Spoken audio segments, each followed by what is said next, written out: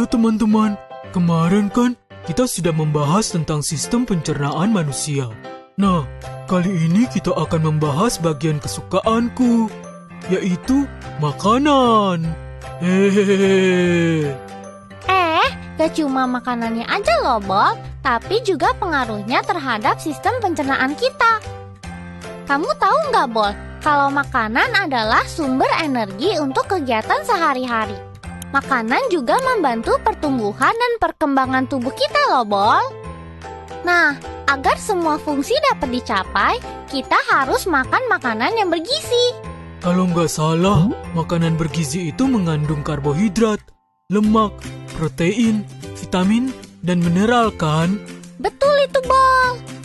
Berdasarkan fungsinya, kandungan gizi tersebut dibagi menjadi 3 golongan, yaitu zat tenaga yang terdiri atas karbohidrat dan lemak, zat pembangun yang terdiri atas protein dan mineral, dan zat pengatur yang terdiri atas mineral, vitamin, dan air. Emang kamu tahu gunanya masing-masing gizi itu? Tentu saja, Bol. Nih ya, kalau karbohidrat itu sumber tenaga bagi tubuh. Tubuh membutuhkan karbohidrat sebagai sumber tenaga untuk segala kegiatan sehari-hari seperti bekerja, berlari, belajar, dan sebagainya. Oh, lalu makanan yang mengandung karbohidrat itu apa aja, Lula? Biasanya makanan pokok seperti nasi, jagung, terigu, dan kentang mengandung karbohidrat yang tinggi. Ada juga makanan lain seperti gula pasir, roti, dan coklat. Oh gitu, kalau lemak ada fungsinya nggak? Aku punya banyak loh, apalagi di perutku. Hahaha. Tentu saja ada. Lemak itu gunanya sebagai pelarut vitamin A, D, E, dan K, pelumas persendian tubuh, menghaluskan kulit, dan sebagai cadangan makanan dalam tubuh. Cadangan makanan? Iya, Bo. Jadi kalau persediaan karbohidrat kita sudah habis, maka tubuh akan menggunakan lemak sebagai sumber tenaga berikutnya.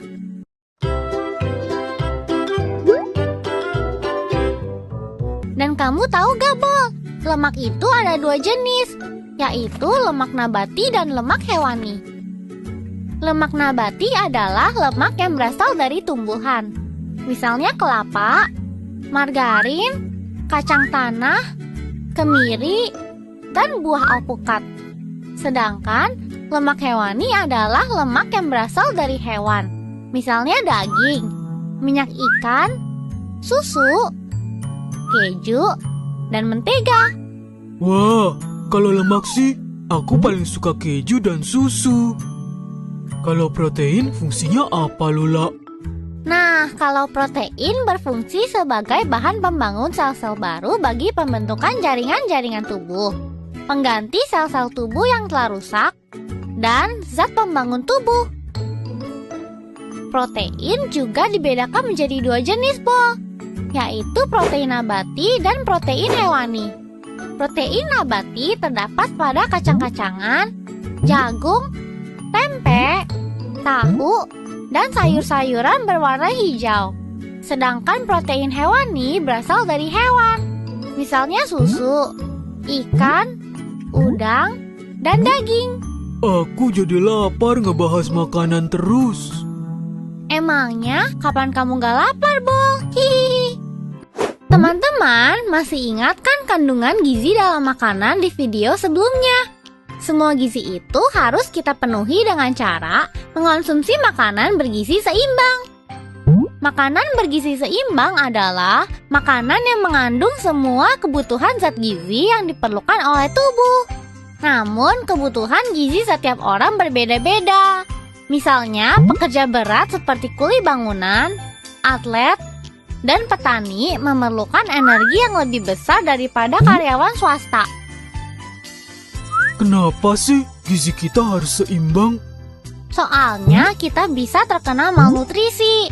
Itu loh penyakit yang timbul karena ketidakseimbangan zat makanan yang diserap oleh tubuh. Wah, bahaya sekali. Iya, Bol. Makanya kita harus tahu gizi yang ada di makanan kita. Pertama, makanan pokok yang adalah sumber karbohidrat. Contohnya nasi, jagung, sagu, kentang, dan gandum. Kedua, lauk pauk yang adalah sumber protein, lemak, dan mineral. Contohnya ikan, daging, telur, dan tempe. Ketiga, sayuran yang adalah sumber vitamin dan mineral. Contohnya bayam, kangkung, wortel, dan brokoli. Keempat, buah yang adalah sumber vitamin, mineral, dan air. Contohnya pepaya, semangka, mangga, jeruk, dan pisang. Semua itu disebut dengan menu 4 sehat. Biar jadi sempurna, kita perlu minum susu. Susu adalah makanan pelengkap kelima.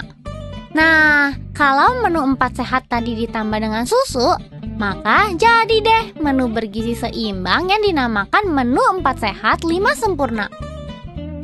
Kalau gitu sih, aku yakin. Setiap hari makananku udah 4 sehat 5 sempurna. Tapi, kamu yakin gak makananmu sudah diolah dengan benar?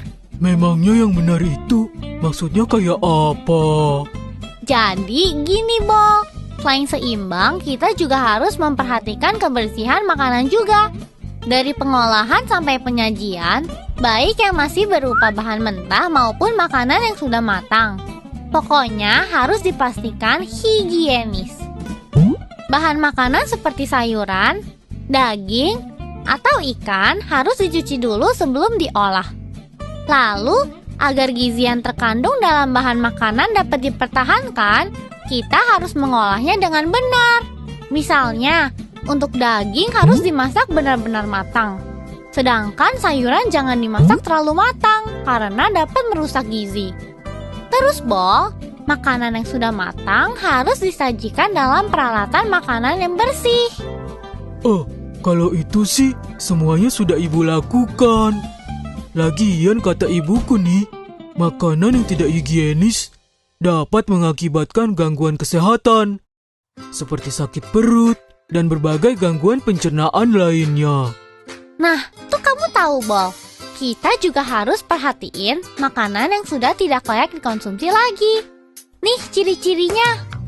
Sudah ditumbuhi oleh jamur, sudah dihinggapi kerumunan lalat, sudah berubah warna, dan biasanya menjadi warna-warna mencolok, seperti hijau dan abu-abu.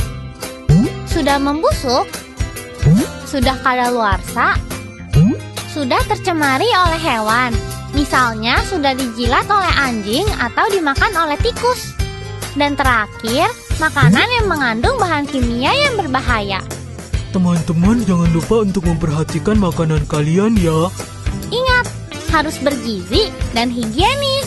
Sampai jumpa di pembahasan menarik lainnya.